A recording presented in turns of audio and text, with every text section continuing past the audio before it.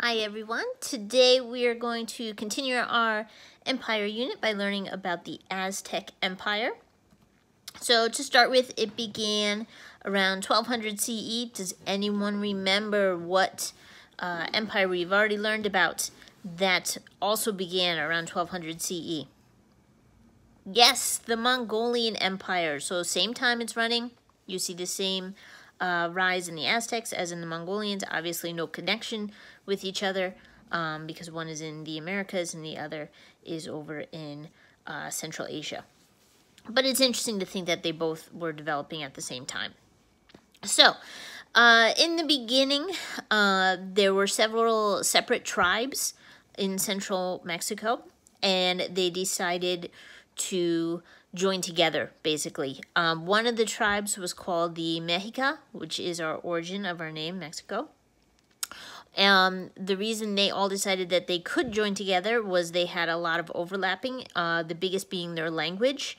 All tribes spoke Nahuatl, which is considered the indigenous language. And they all also had the same creation myth, the story that they all came from a paradise land called the Aztland, where you get the name Aztec. Okay. So, when they joined together, they basically start building very similar to Rome. As they join together, they become more powerful, they grow in strength, and they are looking for where they should basically create the center of their empire. And there's this myth that goes along with them that they gods will send a sign on where they should build their empire, and that sign will be an eagle holding a snake sitting on top of a cactus. Okay? The way the story goes is that they do see that sign. You can see right on your slide an image of it. Does anyone know where we see that image today in commonplace? Yes, the Mexican flag. Good job. So they decide to build their city where they see that sign. Unfortunately, the eagle holding the snake on top of the cactus, that cactus was sitting on an island in the middle of a lake, Lake Texcoco. So they have to build their city on top of a lake. And it is manageable. You can go there today if you go and visit Mexico City. Mexico City is built on top of the famous center city. Yeah. So what they'll do is they'll build what are called chinampas, which are artificial islands. You create a strong enough base that the islands are able to be sort of almost cemented into the lake, so they float, but they don't float away. And you'll have the floating gardens. Again, a very fascinating architectural technique to build masses that can withstand weight, which in a very, very small scale way you could think of if you've ever been in a lake and you've seen a floating dock in the middle of the lake where you can go and you can stand on it and it'll hold your weight without any issue. Same concept, just on a bigger scale. So what they'll do is they will fill in parts of the lake, particularly for structure and stability, but most of the lake will stay as water. They'll use canals for transportation, so to go from one chinampa to another, you will use boats. They will build stone causeways or very long road bridges that will link the mainland. The map that's on this slide is a very famous original sketch from the Spanish when they first invaded of the major city. Okay. All right, so let's learn about that city. You can see on the next slide an image, okay, of Tenochtitlan, okay, the major city. And you can just see the reality of how advanced their civilization had to be to make Tenochtitlan. What do you notice about the layout of the city? Yes, it's very organized, clearly a planned city, which goes along with the story of them getting the sign, and then they decided to build there. So it was all built around the same time and very well organized. You can see all the canals you would have gone through to get to the different places. Very well known. So once they create that center point, you will see the empire expanding. So the Aztecs rule most of Mexico. By 1517, so it takes about 300 years, the empire had about 5 to 6 million people within the empire, which is an important number. Remember, 5 to 6 million. Now, how they do this is through conquering, okay, two major ways that we are used to, okay. First, you can become part of the empire and pay tribute. What's tribute? Like taxes, yep. Or you can fight. And there was no backing down by the Aztecs, so your choice was to join or join. There was no other choice other than death. And they were known to be very fierce warriors. So the empire, very strong, and also very advanced in many ways. So let's look at their society. Okay, so as they start expanding out and they're getting more and more tribute, you see a lot more wealth building up, and you see a lot more classing and organization in that way. Very detailed hierarchy. They had a single ruler, and under him were nobles and warriors and priests.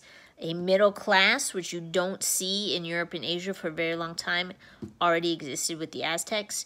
Commoners, which we would call peasants, if you remember medieval Europe. And then also serfs and slaves. So those concepts that existed in the Middle Ages in Europe also existed in the Americas. What's interesting is, based on reports, we know that rights were clearly established for everyone, okay? Even slaves. Slaves could eventually buy their freedom. There was no lifetime slavery.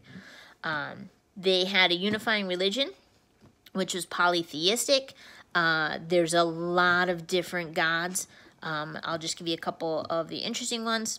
Well, they're all interesting, but the big ones. And I apologize for however I'm going to say them. So there's Huitzilopochtli, which was the god of sun and war. This was the god who also was also a big one for human sacrifice. There are many, many, many tribes that practice human sacrifice throughout the world, as well as cannibalism. But the Aztecs tend to get remembered for it because they were really good at it, to the point where you have reports of them sacrificing 20,000 people in one day, which at that point is just a assembly line type of sacrifice. But it also tells you a lot about their society. If they could be down 20,000 people within one day, that's a very advanced society, because they still have enough people to run everything. They also used a lot of enemies for their sacrifices, which also helps with keeping that empire strong, because you knew you'd be sacrificed if you didn't. So you have Huitzilopochtli, sun and war. Another big famous one is actually the image that's on your slide, Quetzalcoatl. This was considered a serpent god. That's always green. Also the god of intelligence, about being quick-witted. If you compare him to other different forms of mythology, they'd probably fall into the category of a trickster, and really interacting with people. And the last one, Tlaloc. No, that's not right. Tlaloc, yep. Is the god of rain, which doesn't seem like a big thing, but again is reinforcing that polytheistic concept, that it was a lot about natural forces, things you couldn't understand or control. You put that towards the gods. Okay. So that's your societal setup. Now let's talk about the knowledge, how much information the Aztecs actually knew. So to start with, priests were considered the keepers of the knowledge. Okay, so priests were not just about religious formations and practicing rituals. Priests were expected to know about math and science and history. They were supposed to be that fountain of knowledge. We know they have a hieroglyphic writing system. What does hieroglyphic mean? Yep, pictures. We know they developed 2 calendars. They had a 260-day ritual calendar, meaning it would shift throughout the year, similar to any lunar-based calendar, which is why sometimes you have different holidays that move in different religions because of how the smaller calendar works. And they also had a 365-day solar calendar, meaning that they knew about the Earth's revolution around the sun way back in the early days without any European contact. The image that's on the slide is, in fact, an Aztec calendar, very similar to a Mayan calendar. It is circular. And what is the purpose of having a circular calendar? Yes, if you understand it correctly, it never actually ends. It's simply a cycle of birth, life, death, rebirth. Calendars work the same way. So you're just starting over again. So it's a circle. You don't get to the end, and that's it. We also know, based on writings from the Spanish and now from some of the Aztecs, as well as anthropological studies of remains, we know that they did know a lot about illness. There was the religious concept of it, where illness was punishment from the gods. What's very interesting is, unlike many medieval sources in Europe, where if it was a punishment from the gods, the best way to treat it would be through prayer or penance. In the Aztec society, they had a lot of ways to treat illnesses that were all very effective. You see herbs to treat fever and wounds, which is still viable today. Steam baths for other illnesses, so when you get the cold and you use a humidifier or you sit in the bathroom with the hot water running, they knew how to do that. They were able to set broken bones, meaning they could set it so it healed correctly. And they even were able to treat dental cavities. They were able to develop a drill, a very small drill, and they would drill into your teeth to clean out the cavity. And then they would fill it with this interesting paste that was made up of crushed seashells, which today sounds weird, but very effective. And we have a lot of people who were able to keep their teeth in the Aztec society because of this knowledge.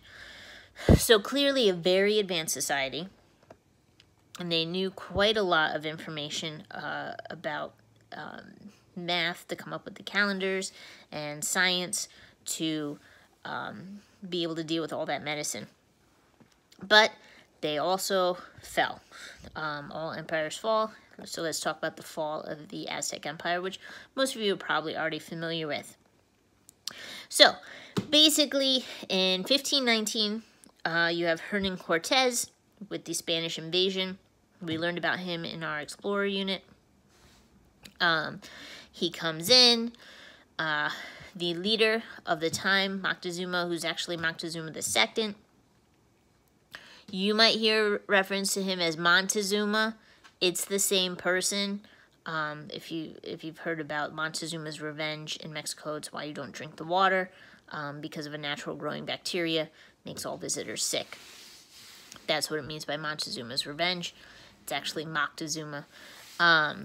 He welcomes in the Spanish.